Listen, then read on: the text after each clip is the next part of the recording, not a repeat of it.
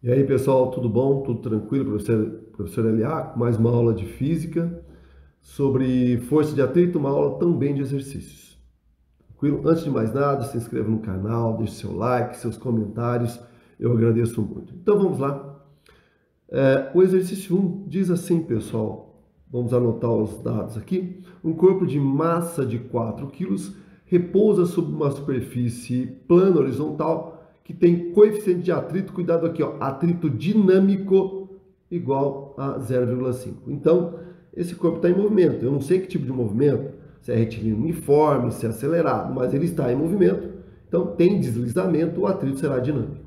É aplicada então uma força que está ali, pessoal, na figura de 20 newtons, tá? Que forma um ângulo θ horizontal. Ele diz quanto vale o cosseno desse ângulo, que é de 0,8. Pessoal, vamos ver o que ele pede, então vamos tentar resolver. No item A, represente as forças que agem no corpo. Então vamos lá, primeira coisa, né? Ele diz que tem uma força aqui, olha, que ele fornece para a gente, cuja intensidade então vale 20 newtons. Pessoal, ele diz que esse corpo tem uma massa. Se tem massa, se está em campo gravitacional, tem peso. Então, vamos lá. Então, aqui, ó, você tem, certo? Peso. Esse peso comprime o solo em resposta gera uma reação, portanto, normal.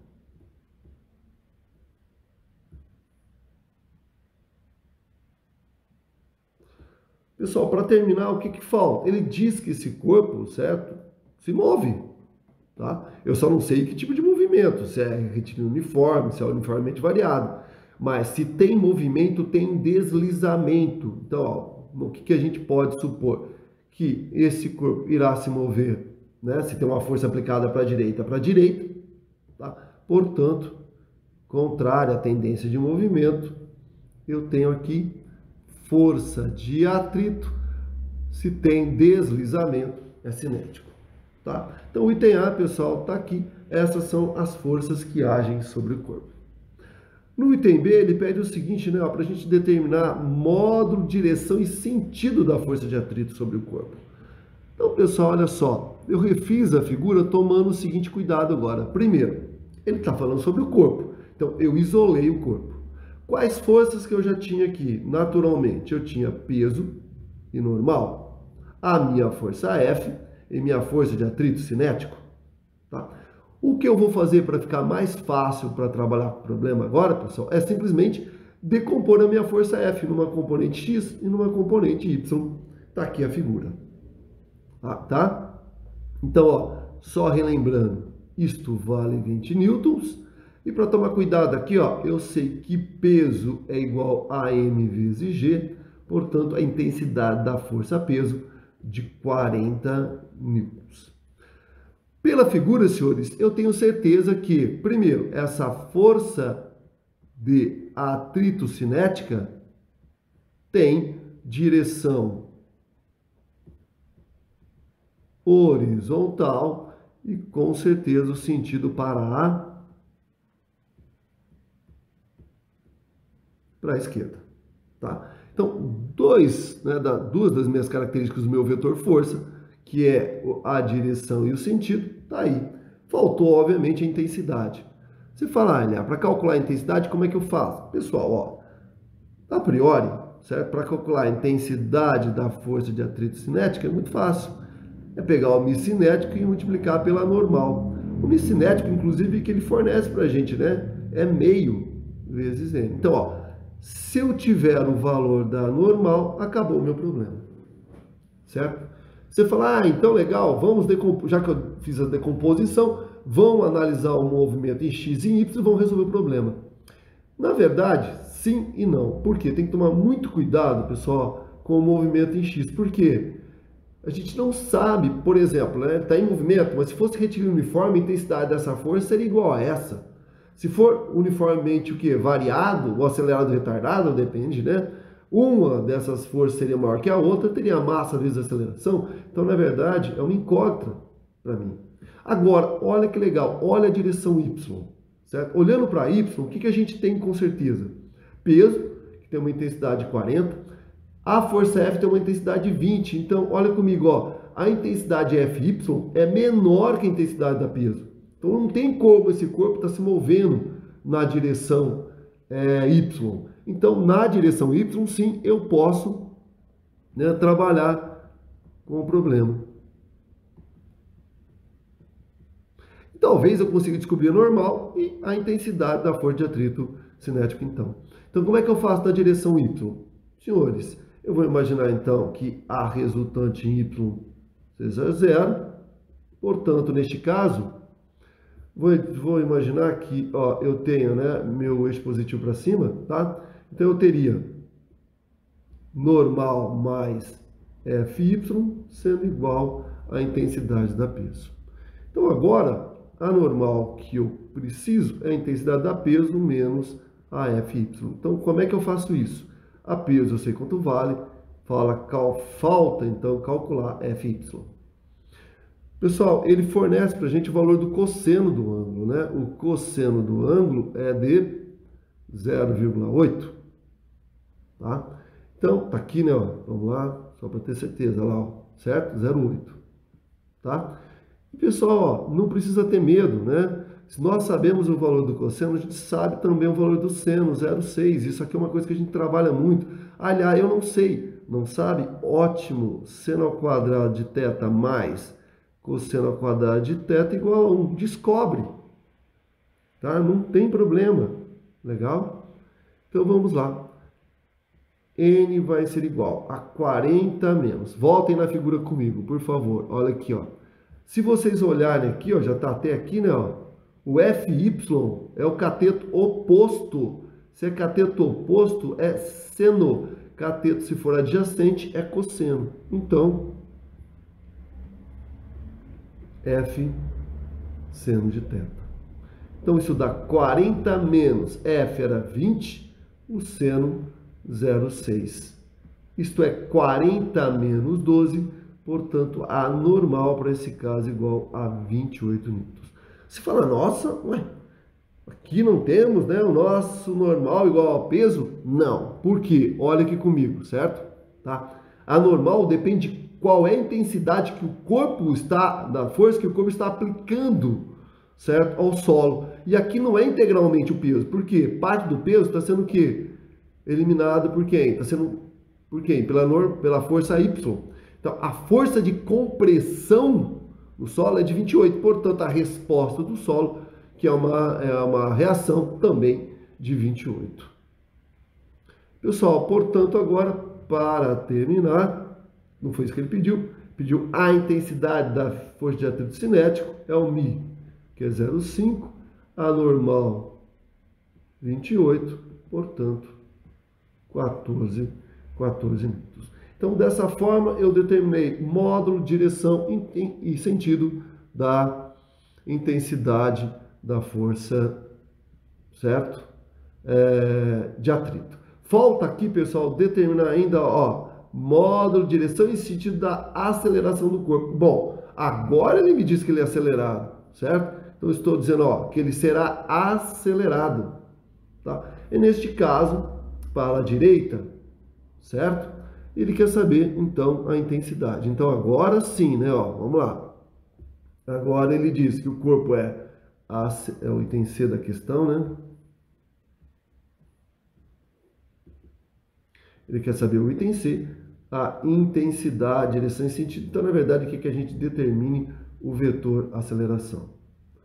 Direção e sentido, pessoal, direção horizontal do movimento. E agora, sentido da resultante para a direita. Faltou calcular, então, agora, certo? A intensidade. Então, voltem na figura comigo. Olha comigo, ó. Agora sim, eu vou analisar, certo? Se ele está me dizendo que o movimento é acelerado, eu vou analisar agora, ó, a direção Y. Direção Y, você vai ter, então, aqui, ó, força X, desculpa, resultante em X. Então, vai ser Fx menos a força de atrito cinético. Então, a força resultante em X é a força Fx menos a força de atrito, a intensidade da força de atrito cinético. Senhores, força resultante, massa vezes aceleração, Fx agora vai ser F vezes quem, pessoal? Cateto adjacente cosseno. Eu acabei de calcular, certo? A intensidade da força de atrito, valendo 14, então. Então, a massa é 4, eu quero a intensidade da aceleração. A força é 20, cosseno 0,8 menos 14. 4A é igual a 16 menos 14. Portanto, 4A é igual a 2, A é igual a 2 quartos, ou seja, 0,5 metros por segundo ao quadrado. Tá? Então, nós precisamos esperar dizer, né, ó, o que estava acontecendo na direção X para depois, certo, usar, né, essa informação, certo, que ele fornece aqui, ó, determine o modo de direção de sentido. Então, ó, da aceleração. Então, ele está dizendo que o corpo agora será acelerado. Agora a história é diferente, tá? Então, tem que tomar cuidado aqui, tá? Então, isso aqui, ó, só é verdade a partir do item C. Então, pessoal, esse, na verdade, né, um exercício legal, bem, né, para trabalhar e tomar cuidado com algumas coisas. O exercício 2, pessoal, é o da UFF adaptado, e, na verdade, eu tenho uma dica aqui para vocês. Ele fala sobre o problema, né, do paraquedas, tá? Lá no canal tem uma aula só sobre força de resistência dos fluidos, tá? E uma aula que mostra exatamente o problema do paraquedas. Então, eu aconselho, quem não assistiu ainda a aula sobre, né, o paraquedas, sobre o problema do paraquedas, vá lá, dá uma olhada e depois resolve, né? Venha e termine de assistir esse vídeo ou essa aula daqui, tá? Ou assista até aqui, depois vá até lá e, na verdade, entenda o problema de uma última vez, né? Então, vamos lá. Diz assim: o paraquedas é um aparelho que se destina a diminuir a velocidade de queda de um corpo. Sim. Sua utilização data, certo, do final do século XVIII, passando a servir para suavizar a queda de cargas e principalmente de pessoas, né, em locais estratégicos. Guerra, né, senhores? O gráfico abaixo representa a componente vertical da velocidade em função do tempo, em uma carga acoplada a um paraquedas e grife abandonada. Então, a velocidade inicial dessa carga era de 0 metros por segundo, tá? No instante T0, então aqui, ó, no instante T0 dá para observar do gráfico que realmente a velocidade inicial é de 0, portanto, abandonado. Ele dá aqui alguns dados, peso do conjunto carga mais paraquedas e aceleração da gravidade, que eu não vou mentir para vocês, não vou usar, certo? Neste caso, nesse problema, esses dados para nada, certo? É só questão de entender realmente o problema. Então, ele diz assim, ó, sabendo que o conjunto K é submetido apenas à força, a peso e da resistência do ar, e que D2, ó, esse tempo é importante, senhores, ó, esse T2 é o momento onde você tem a abertura do paraquedas,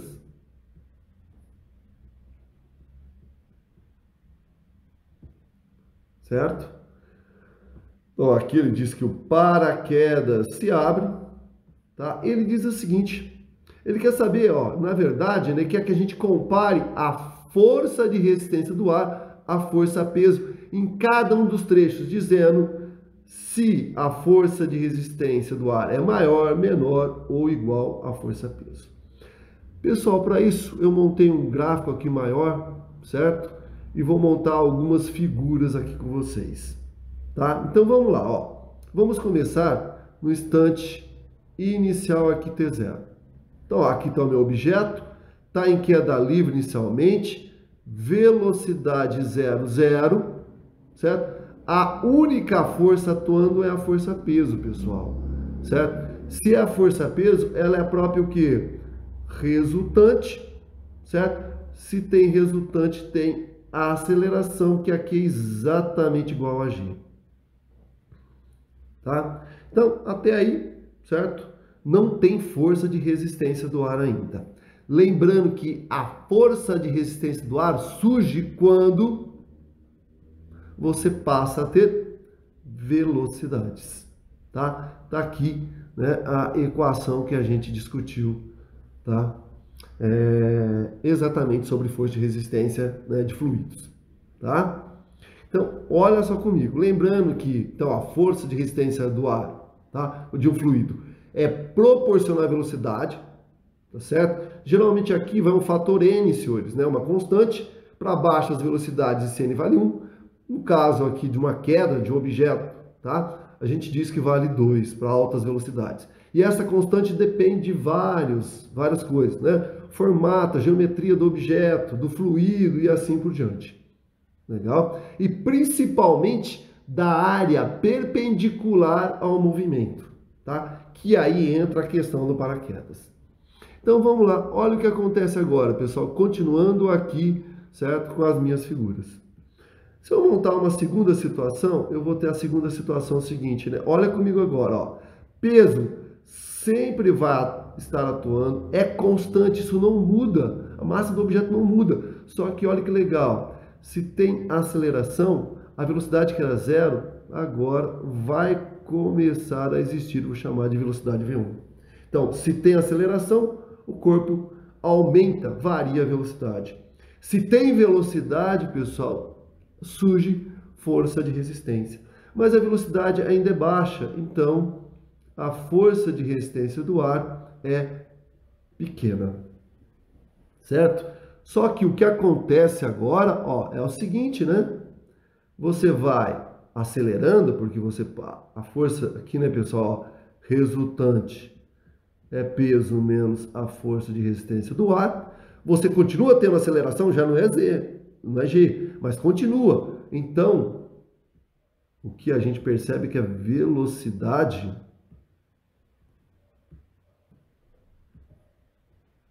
chamar de V2, vai aumentando. E essa força de resistência do ar, portanto, vai aumentando, certo? Em relação a peso, tá? E o que acontece? Se aumenta a resistência, se nós pensarmos aqui em resultante, ó, a força resultante aqui é ainda peso menos a força, certo? Essa diminui. Obviamente, diminuindo o que, senhores? A aceleração do meu sistema. Então, a gente percebe aqui, né, ó, tinha uma aceleração grande e a aceleração, né, que é a inclinação dessa curva, cada vez mais vai diminuindo, certo? Tem um momento, pessoal, que acontece o inevitável, né? Você tem a força-peso e a força de resistência do ar sendo exatamente iguais. A força de resistência, a mesma intensidade, que a força-peso. Neste caso, a força resultante é zero, certo? Se não tem aceleração, essa velocidade que eu vou chamar de V3 passa a ser constante. Tá aqui, ó. Certo? Então vamos analisar o primeiro trecho, ó, entre 0 e 1. Entre 0 e 1, certo? Eu tenho isso, ó. A minha força-peso sendo sempre maior que a força de resistência. Então, para o primeiro trecho, esse trecho aqui, a força de resistência do ar sempre será menor que a força-peso. Pessoal, nesse instante aqui acontece isso, elas se igualam, velocidade constante. Essa velocidade tem um nome, velocidade limite, certo? Ainda em queda livre, porque nesse momento, certo? Não houve o acionamento do paraquedas, se bem que o termo de queda livre não é porque não teria força de resistência, mas tá?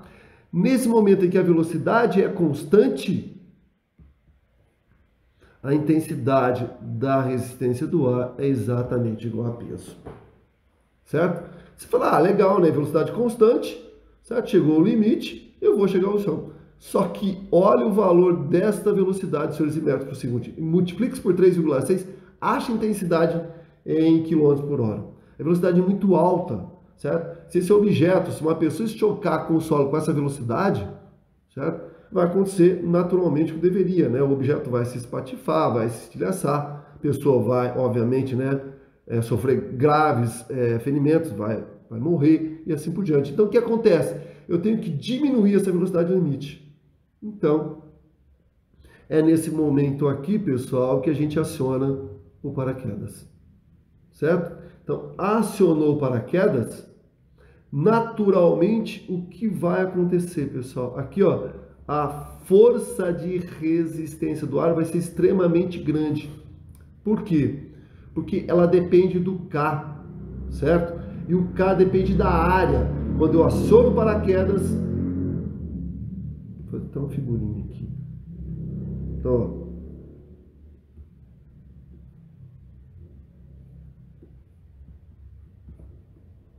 Certo? Paraquedas. Então, o que acontece é aqui, ó, que o K aumenta muito, porque a área aumenta. Então, vocês têm aqui o surgimento da força de resistência, nesse caso, maior que a força-peso. Então, aqui, ó, certo? Vocês passam a ter uma resultante, agora apontada para cima, portanto, uma aceleração para cima, certo? Lembrando que o corpo continua a cair, tá? Então, vocês passam a ter um movimento retardado. E nesse caso, a minha resultante, então, vai ser o quê? A força de resistência menos peso. Então, a partir desse trecho, nesse, ó, de 2 a 3, nesse trecho aqui, a resistência passa a ser maior que a peso. Certo? Só que isso dura muito tempo? Não, pessoal. Por quê? Porque, obviamente, a velocidade vai diminuindo, a força de resistência vai diminuindo, certo? Até chegar a um instante em que, novamente, eu chego àquela questão onde eu tenho, certo? O peso e a força de resistência do ar são novamente iguais. Aqui eu vou ter uma velocidade agora, então, ó, V5, também chamada de limite, só que menor que a velocidade limite anterior. Tá? Então, aqui novamente vocês têm a resistência do ar igual a peso. Certo? Aqui o movimento vai ser uniforme, ó, retilíneo uniforme. E é com essa velocidade que o corpo vai chegar ao chão, ao solo. Só que, olha comparativamente, né? 10 vezes menor, senhores, tá? É muito menor. Então, aqui, novamente, isso passa a ser igual, tá? Uma equação que mostra que isso é verdade, certo? É obtida tanto daqui como aqui, tá? Porque, ó, se essas coisas são iguais, tá? Força de resistência kV², peso mg. Então, a intensidade da velocidade limite sempre pode ser calculado como, certo? V raiz quadrada de mg sobre k. E se vocês olharem a equação aqui, ó, V sendo raiz quadrada de mg sobre k, certo? Já que aqui também a resultante é o peso, certo? Vocês falam, ah, a velocidade é a mesma. Não, não é. Por quê, senhores? Vocês aumentaram enormemente a área. Esse K aumentou muito, diminuindo muito essa velocidade. Esse é o truque do paraquedas. Legal? Mas mesmo assim, fazendo uma revisão, eu gostaria, né, que vocês dessem uma olhada lá no canal, que eu fiz uma aula, na verdade, só sobre isso aqui. Tá? Então, esse exercício é um bom exercício, uma boa análise. Lembrar que isso caiu no Enem já, então tomar cuidado aí. Pessoal, na verdade essa aula é só, espero que tenham gostado e eu agradeço muito. Abraço.